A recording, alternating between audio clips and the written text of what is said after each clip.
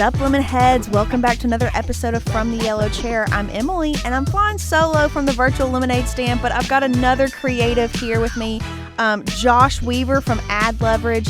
He is a super creative, super fun to talk with, and so I can't wait to dive into this next episode with him. But we've got a very exciting conversation coming up with some creative things that contractors can think about. What are some no-nos and some fails that Josh has seen, but also some ways to overcome that, and some cool softwares that his company is coming out with to help contractors grow their business. So without further ado, let's sip some lemonade. All right, so in the stand, we've got Josh Weaver. Hello, Josh. What is going on, Emily? Thank you for having me. Yeah, so excited. Now, this is, I'll admit, our little boo-boo. This is round 2 of this podcast episode. So we actually got to meet each other at a Service Titan event in Utah. And we're like, oh, let's just get together and record a podcast episode. We had our equipment there. But turns out you have to have the equipment charged for it to work. What? So I know. Who knew that? So our recording cut out 5 minutes into it. Josh and I had no clue. We continued on a whole conversation. But here we are, round 2. So, but it's always a pleasure to chat with you, and I'm excited for this. Hey, Emily. I think the only thing you missed is that we talked for like an hour. Yes, pretty much we did. And then we both realized, oh, wait, we're here for a reason. And then looked at the camera that just was no longer blinking red. Yeah, but we're all good today. We are live and recording. So, Josh, tell me and the listeners a little bit about yourself and like what are you doing nowadays? Yeah, absolutely. So at the end of the day, I'm a storyteller, and I've had the benefit of doing that through marketing. And going back to when I was in college, I was studying public relations and political science, and I wanted to go tell stories either on Capitol Hill or in Hollywood. Okay. And it was at the time that social media was starting to move past needing a .edu account to have. Do you remember those days back at Facebook where you needed a .edu email address to get an account? Well, so I'm going to show my age here. I wasn't in college when Facebook came out. That's okay. It came out when I was a senior in high school, and all I wanted more than anything was a .edu account. So the moment I got to Western, it was the first thing I did. You're like, yes. Yeah, right. Yeah, that was. It was at that time where I was studying like marketing and communications, and was also utilizing Facebook and being like, man, this makes my job so much easier. And then as soon as I, 4 years later graduated, I was like, I got to dive headfirst into this. And I moved out to Las Vegas to work at a startup called Price Falls, where I really learned that marketing is just finding an audience, telling them a story, rinse and repeat. Absolutely. And the nice part about that is doesn't matter how many social media channels exist, doesn't matter how many stories you tell. Like if you find your audience, bam, that's the easiest way to sell them is to find where they are and talk to them about you in a way that they would appreciate. Well, yeah, and being authentic to where you can relate to that specific audience. You can't be everything to everybody, but you can be something amazing to a select demographic. 100%. There's absolutely a time and place for the speed of paid ads where you're trying to, at that point, it feels like quantity over quality. But the content that goes viral, even if it's a meme, is quality over quantity. It's that quality piece that you put the time in that looks as much like you as a person, brand, technician that's possible that you can, expand on. So I was working in startups, and I got called up to the big leagues because then I started working in a company called Zappos. And Zappos sells clothes and shoes online. So I was moving from e-commerce to fashion, and then they were purchased by Amazon. So I went from a startup with no money to lots of money. Yeah, right. I didn't need to think about money anymore. And it was great. And really, the only thing that was different was the credit card got heavier. It was still telling stories, being authentic, and figuring out who your audience is and what they want to talk about. So fast forward past getting to work with a bunch of cartoonists and working for a short time as a social strategist for Intel, it brought me back out to LA, where I started working again in e-commerce, but at a company called Exploding Kittens, where Exploding Kittens is big in the tabletop industry and really big into the marketing and the storytelling. Well, and when he says tabletop, he's meaning like games, not like woodworking type thing, but like what are some of those popular games? 100%. We now they've moved into the digital games. There's a Netflix show coming out, but Oh, working at that brand was storytelling. Was we have an awesome product which is fun and entertainment, and now we need to turn this into a brand that fits into people's daily conversation. And why that's relevant to the conversation we're having today is with trades is like I, it was one of those light bulb moments as I got into this new industry working with ad leverage that like every building I've ever been in my life has air conditioning. mm, Every building I've ever been in my life has plumbing. Like that's there's right. one of those. It's that industry that like it maybe not as fun as a tabletop game, but it is way more crucial to your daily life. So it kind of reframed that whole industry for me for being like this is. I went from selling fun accessories to actually working with people who are providing daily utilities. Well, and it's not nearly as sexy as, like e-commerce or fashion, things like Sure. that. But, just like you were mentioning, like at its core, you're a storyteller. And so there's still Yeah, a story to be told, whether it's from fashion to board exactly. games. We can find a story Yes. in plumbing, in heating and air conditioning and stuff. And to me, that's what the challenge is, because it's not Yeah. just like obvious, but Yep. when you can find that and tell it, that's the super rewarding part of Oh, branding. exactly. And for those who are listening that aren't marketers, this isn't me saying you need to become a storyteller to be successful. No. To be totally honest, you're probably doing what you're doing great. You need to hire us. You need to hire the Lemon Seed. You Amen. need to Say hire it the again for ad people in the leverage. back. Yeah. You need to hire us to do that for you, right? Let us come to you with incredible ideas and storytelling and bring a new perspective that you can then vet and sieve through what's worked for you. But like, hire storytellers to work on that part. Like, don't try to bend over backwards to become a marketer. You're going to end Sure. up wasting time when you can spend way less on people who do it much better, much quicker. Absolutely. Well, I mean, like, no one would hire me to come fix their plumbing, Right, But, right, right? and so that's what But contractors tell me all the time. They're like, well, I'm just not creative. Like, that's okay. Like, you are that's fine. super good at working with your hands and running Yeah, numbers, things like that. Let us be the creatives and just get it exactly. implemented for you. So it takes all 100%. types. It does. It does. And it really also comes back to like, what stories do I need to tell? Being Mhm. and connecting with a agency, a partner, a marketing team that can then run with that and come back to you with so many other options of ways that you can tell that same story to potentially new customers. So it's very much it's so funny. Like, I've worked on both the brand and the agency side, and when you work for a brand or you work for a business, you feel like I want to do all my own like marketing, and when Mhm. you work for an agency, you're just like, wait, like, let me help you. But like, there is some win in the middle where that accountability needs to be back and forth, Yeah. where if you're on the brand side, if it is your business, you need to be incredibly accountable to your marketing team, Hmm. because the more they know, the more levers they have access to, the more nimble that they can pull them to get whatever you need. If you need to fill tickets that day, like, Yeah. if you Yeah. tell us in the AM, we can get it by the PM, but we need to know that information as quickly as you do. Well, and like, So at Lemon no. Seed, we, sometimes contractors will be like, well, what does Lemon Seed do? Like, I'm kind of scoping this out and like, well, I have a marketing person in my office. Like, can I not use them or can I not work with that? And we're like, no, absolutely. We can definitely work together. And Yep. especially for that like local aspect, that like community marketing and showing up to events and taking pictures and stuff. Like, we Lemon Exactly. Seed can't fly to Wisconsin every other week to come take pictures or to do No. this ribbon cutting, but like we can definitely work with that person locally to help maximize all the facets of marketing that goes into it. Exactly. If you have a marketing person, clue us into them. Let us become Yeah. best friends.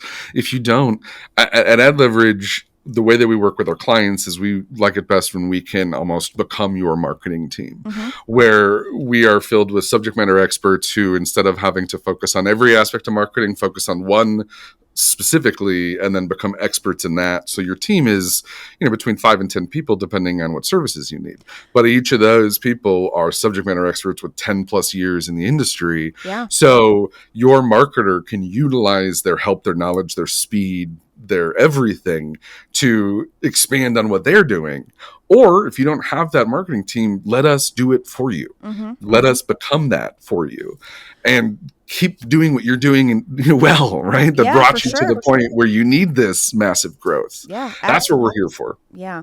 Well, Ad Leverage, you guys are super innovative. And I know you guys have been Thank coming you. out with like some new services and things like that. Just like as you've seen this need that contractors have, you're like, Mhm. hey, we can fill that. And so tell me about some of the newest things that you guys have going on just for a few minutes here. Yeah, absolutely.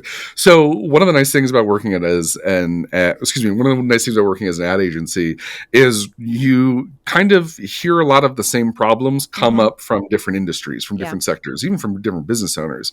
When you start to hear the same problem 3, 4, 5 times from different people, we can then start to go down the rabbit hole of, can we fix this? How much time would it take to fix this? Is this something that would benefit everyone, or is this a one-off fix? And we've done both, but we have 2 products that we're incredibly proud of. One is called datacube.ai. That's both the URL and really the idea behind it.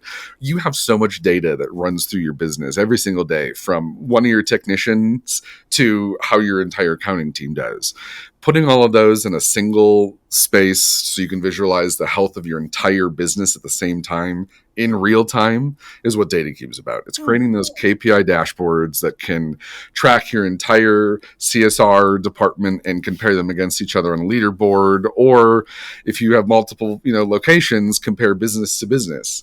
And being able to utilize AI to comb through massive amounts of data is something that every single person in the trades should be considering, Yeah. right? I mean, you go to a business now, and if they take your credit card with one of those shrink machines, like, you look at them kind of funny, right? Like, that Yeah. was at the time what everyone used. Yes. And now I feel like everyone's stuck in this weird, I need to see it out in Excel. I need to see it on a spreadsheet for it to feel real. Mm-hmm. And again, sure, but you're then counting out everyone who can't legibly understand what's happening on that page, and they don't get that same data. So if you can put it on a dashboard that's legible for everyone in the business, it makes the ability to work together as a business that much easier. So as we talk about utilizing AI, we're also working with a tool called CXC.ai that focuses on call by call management. Mm-hmm. It's a service, it's a very integral service and a part of the trades in which Yeah. you're Yeah. reviewing phone calls to house calls. And the CXC utilizes AI to help analyze transcriptions that are happening from conversations in real time and providing feedback immediately, from what you should do next on the checklist, financing options, to when you should check back for other items. And what's really nice is the AI, and what we're seeing with our use with ChatGPT and other large language models is it's just making these ideas that we've had for so long happen faster. Yeah. Yeah. So it's so fun to, if you're a business owner and you come to us and you say, hey, I've had this idea rattling around in my head for forever, it's a good chance we've heard it 3 or 4 other times, and then let us do our work to figure out if there's a custom solution we can make. So that's been a fun new aspect of ad leverage that I've really enjoyed digging into. Yeah, for sure.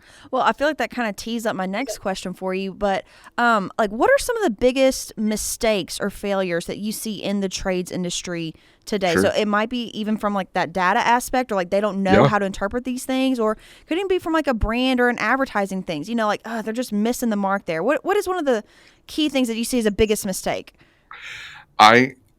There were so many that popped into my head that, like, There's so many.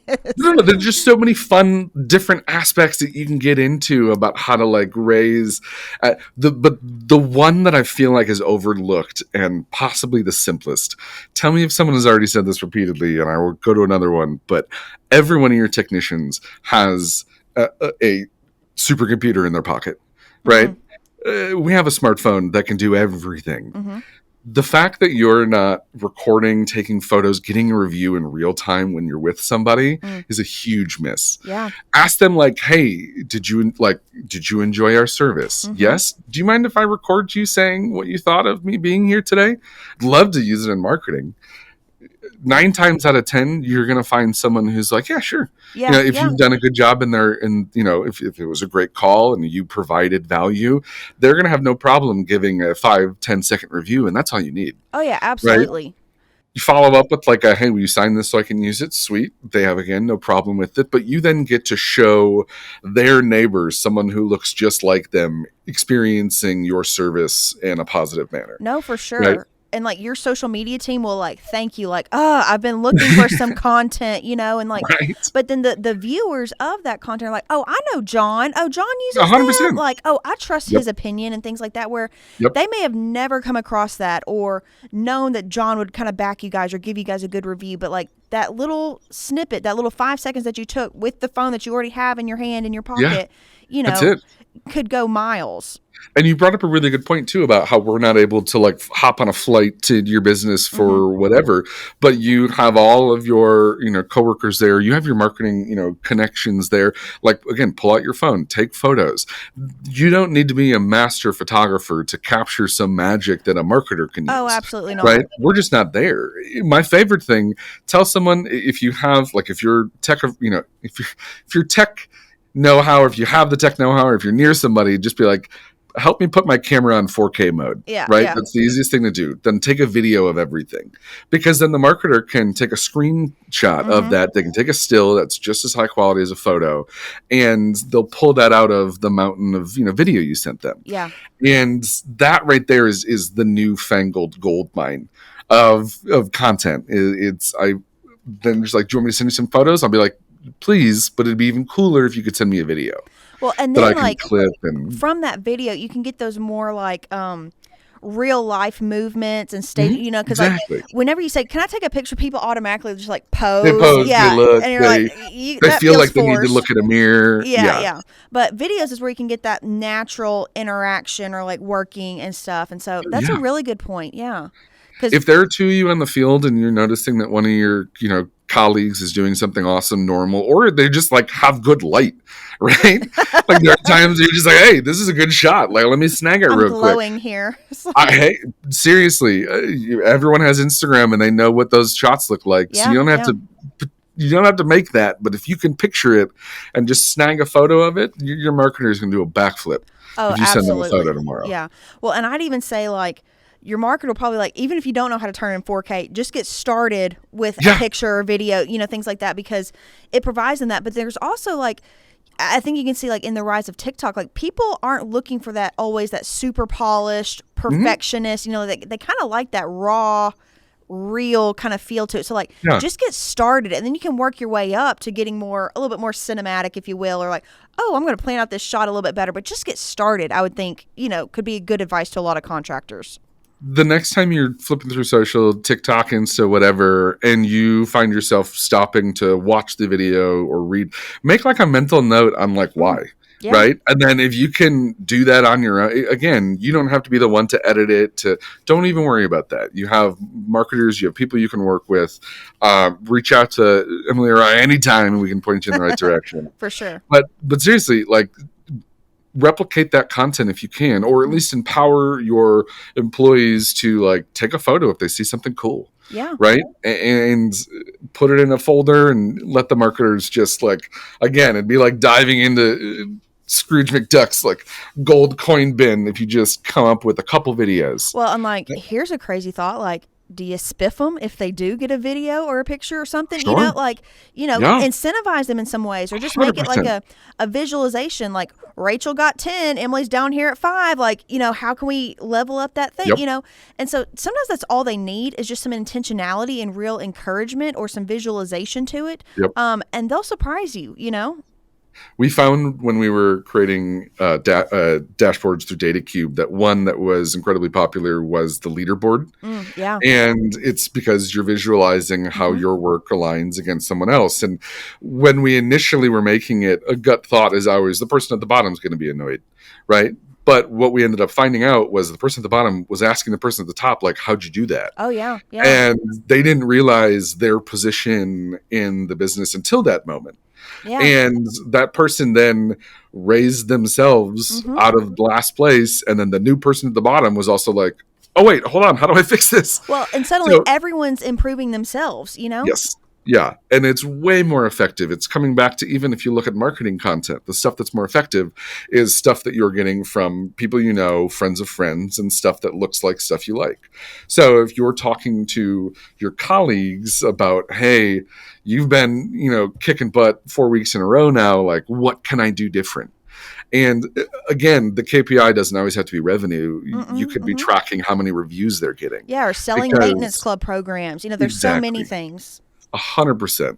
That's one of the best parts about being able to, tie in all of your, data into one dashboard, is because then get to look and visualize your business from every angle instead of just one from where you are at that moment. Yeah, for sure, for sure. Okay, so we talked about some mistakes and some big opportunities that contractors have in just getting some videos. But what is something super successful that you've seen some contractors do, or like you're like, oh my gosh, this was just gold right here? What are some success stories you've seen? Oh man, I think one of the ones that is sometimes overlooked that I've seen, especially the people at Grasshopper Heating and Cooling do, is really forgetting to build the internal culture of your Yeah. business and focusing on how you can internally brand yourself to become a point of pride with Yeah. your employees, with your technicians. That's one of those, if you can crack that code, the wins are going to be so much bigger than just selling more. It's going to be everything from employee retention to just the way that prospects look at your business. I can't tell you how many times that I feel like a little bit better working with someone who's worked with someone for 10 years or 15 years versus a person who just got there last month, right? Like, it's that if you can build a company culture that really empowers people to grow, get better, do better, and stay, you're going to have so many wins out of that come down the road. Yeah. So I had the benefit of working in both a company of no culture and a company of too much culture. No culture would be any of the startups that I've been at where there wasn't a focus, to Zappos, which is a company that has a $1 million budget specifically for parties for its employees. Wow. And what I would find is that there's a sweet spot in the middle. You don't need to overdo it, because then you're taking time away from your work. You also shouldn't ignore it, because then what's the difference between them picking up a phone for anyone else, including your competitors? And finding that sweet spot of utilizing feedback from your employees, utilizing, create a committee that is focused on it, that then gets feedback from everyone else. Taking time to really figure out what it means to, work at X, your business, create those, core values or commandments that you can then line everything up behind. And again, so much falls into place that it feels weird that it's not the first thing that some businesses should focus on. No, yeah, absolutely. But it's never too late to start. Yeah, no, I think and we had the privilege of hearing Grasshopper speak about like going through their rebrand and how it changed their culture and things like that, and how it changed their business ultimately. But one thing that I really took away from that is two things, and I'll brag on this brand. We didn't make it at all. Kick charged in. They did a fantastic job with it. But a lot of people could say, well, a Grasshopper has absolutely nothing to do with heating and air conditioning, and like blue and lime green, like forget it. It's got to be royal blue and red for hot and cold. But like they kind of disrupted all of that. And what stuck out to her was like, she was like, I was researching Grasshoppers, they presented that idea to me. I was like, absolutely not. But then she's like, well, let me just like entertain this for a while. And she found out that Grasshoppers only move in a forward direction. And she's like, that's really what we are. And so that was a huge takeaway, because to me, that's that little bit of story that you can build upon this whole brand. But then also what I really saw in like those videos that she was sharing was like, they celebrated their team and who their team authentically was. Yeah. So like a lot of them had kind of like tattoos or like look kind of edgy and things like that. And it's like something that like, might be, other people might be scared to like show off, or like, hey, we're just going to show the most clean cut or something. But like in reality, that's not them. But like they have a demographic that's totally cool with them, and like that's what they would prefer, and that's what they love and stuff. So like they own that aspect and they celebrate it.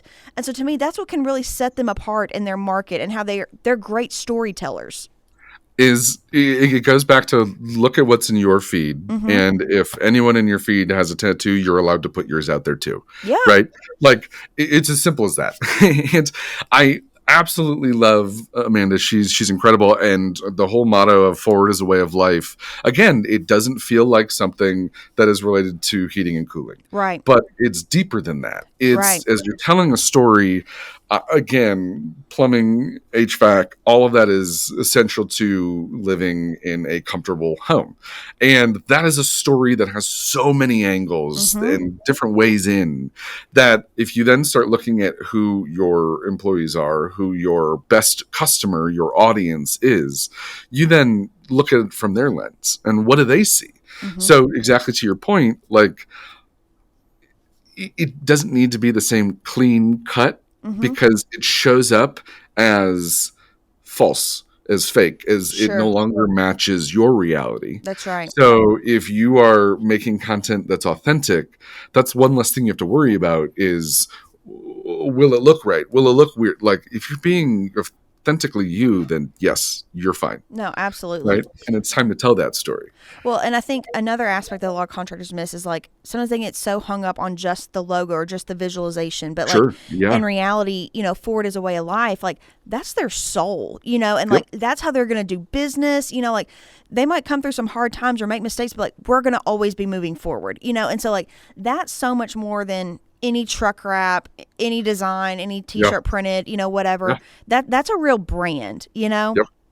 And when you can build that brand, the rest kind of falls into place, Mm-hmm, right? mm-hmm. Because you built a brand, you have your mission statement, you have your commandments that you can then take to someone like Lemon Seed, someone Ad Leverage, and say, hey, this is who we are. Like, help us craft a story that matches it. No, for Help us sure. craft a brand that looks like this that we're trying to tell.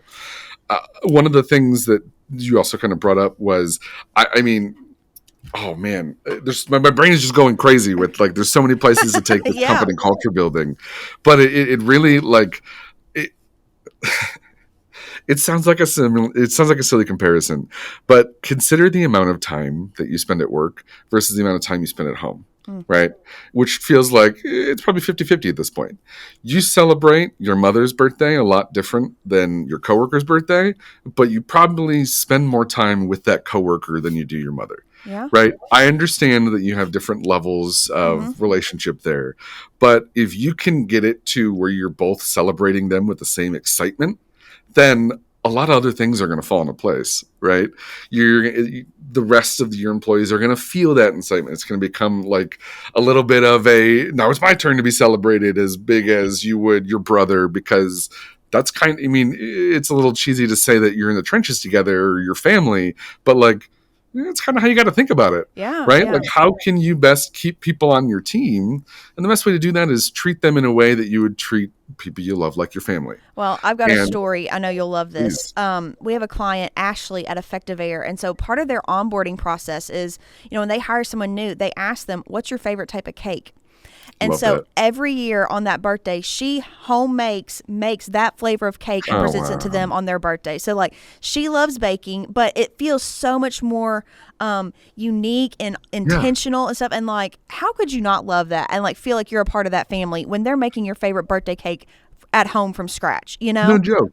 And I'm not saying you have to do that for every employee every single day, but if you do those moments and if you're intentional about doing them for everyone, you only need to do it once a year. Yeah. Do it more because you want to and because you enjoy the people you're around, but that's where it starts. Well, and sometimes people can be like, how I can't devote that much time. Like I've got way more employees. Like there's no way I can manage that, or like Totes. how much is that going to Yeah. cost and things like that. But in reality, when you think about the cost to retain an employee and have a good employee, then Right. to hire someone new, like, oh my gosh, like Oh man. it's worth that time and effort to develop Yep. and grow your people that you have. Yep. It'll save you so much in the long run. I remember back when I was pitching events that would happen at previous places, I would come to the pitch meeting with that exact stat when somebody would start to say like, but I'd be like, hey, don't forget, it costs us this much to hire somebody. And then be like, oh, well, that's nice context. And I'd be like, Yeah. I'll repeat it every time. No, that's fantastic advice. So, well, we're coming up on time, but I know you and I could keep going forever and ever. But why don't you share with me just like maybe one of your favorite campaigns, or maybe one of your like favorite like off the wall marketing, guerrilla advertising, just something fun that we could end this conversation with. Oh man, amazing. Okay, You're so like, back which when I one? was Yeah. there are a lot of fun weird ones, but we'll talk about those after the show when we're not recording. Okay. One that kind of it felt so simple in the moment, but it resonated so massive when I was working at Zappos, is a company that never really had sales or discounts because it didn't need it. Customer support was what was a differentiator for that brand. And, come Black Friday, it was always difficult for us to compete against the 90% off. Sure. So what we ended up doing was we looked at our best customer and we said, hey, what do they love? And an easy answer for all of them was animals. So we're like, all right, let's put our heads together and think about something there. So where we ended was we looked at our best customer. They said they love animals. We asked them a little bit more specifically, and they said we love adopting. And anything ASPCA was someone who we worked with closely because of this. But we looked at the customer data. We found out that they loved animals, and we covered the cost of pet adoptions for the entire country for 5 days. Wow. From Black Friday to Cyber Monday, if you adopted an animal, we paid for it. And that got us so much press, so much love that we ended up extending it multiple times and ended up getting hundreds of thousands of animals adopted to the point where there were a ton of different shelters that were sending us thank you, but please stop. We are out of animals. Wow. And it was fun. You guys did that regardless if they bought a pair of Zappos shoes or not. You did it for the it next had 5 nothing days. to do with that. It was, wow. Of course, the shelters were excited to tell people who was doing it because they're like, "Oh, Zappos is paying this." And again, it netted later in fun, weird ways, like celebrities talking about us or getting a ton of press. Yeah. But we just looked at what our best customer loved, and then we did something that we knew that customer would enjoy, and it led to more people that are similar to that best customer finding out about us. Yes. And when you're doing brand awareness campaigns, that's the goal, right? So that was a fun, weird one that it was hidden within a mountain of data that they love animals. We have a lot of crossover with, animal shelters, and then bam, that's where the idea came from. But I love that example because that's one that was probably very hard to direct a direct ROI to those efforts. But the branding aspect and the brand awareness and the loyalty that then your customers or people that loved that cause that they then had to you can't directly equate that to an exact figure, but it pays out in the long run. And so that's something that contractors, they can't fully grasp it because they're like, I have to have that ROI. How much did it make me to do all that and stuff? But that's that long-term strategy and that really building a brand and that loyalty there that you're talking about. We'll have to have a whole nother convo about the marketing funnel and how that equates to the trades. But if you really quick think about it from the very tippity top of the funnel, if you're filling up the gasoline, if you're filling up your car, that is your business, the top of that funnel is brand awareness. Yes. It's new people. The middle of that funnel is getting them to convert. And then the bottom of that funnel is getting them to come back, right? You need all three things happening at the same time to fill up the engine to get the business going. Yeah. So while a campaign doesn't have a direct ROI, it will affect the one that does if they're happening at the same time. So again, if this sounded a little too difficult, that's why we're here. That's what Emily and I do all day, every day. So come talk to the people in Lemon Seed. Come talk to Ad Leverage at any point. Yeah. And ask us questions like this. The more context you can give us, the easier we can tell your story and the better your business will do. Yeah, for sure. Awesome. Well, this was such a delight. I might have to take you up on talking about that whole marketing funnel in a future episode. Yeah, it's fun to think about. It's weird. You'll start seeing it everywhere. The moment, it's like getting to peer through the fabric of capitalism and be like, whoa, that's how that works. Yeah. Cool. Gotcha. Well, I've really enjoyed this conversation, Josh. If someone wanted to get a hold of you or maybe find out a little bit more about Ad Leverage, how could they get in touch with you? Absolutely. Please follow us at Ad Leverage on your favorite social, adleverage.com. You can reach out to us anytime, say Josh sent you, and you either end up in my inbox or I'll send you to the person who you should be talking to. You can find me at Twitter at Josh Weaver. And if you need to find me more places, hit up Emily. She knows where to find me. That's right. Well, thank you guys for listening to another episode of From the Yellow Chair. This podcast is brought to you by Lemon Seed Marketing, your full service digital, not digital. We facilitate digital plus all the things. So we're your virtual department. So thank you for listening, and we'll see you next time.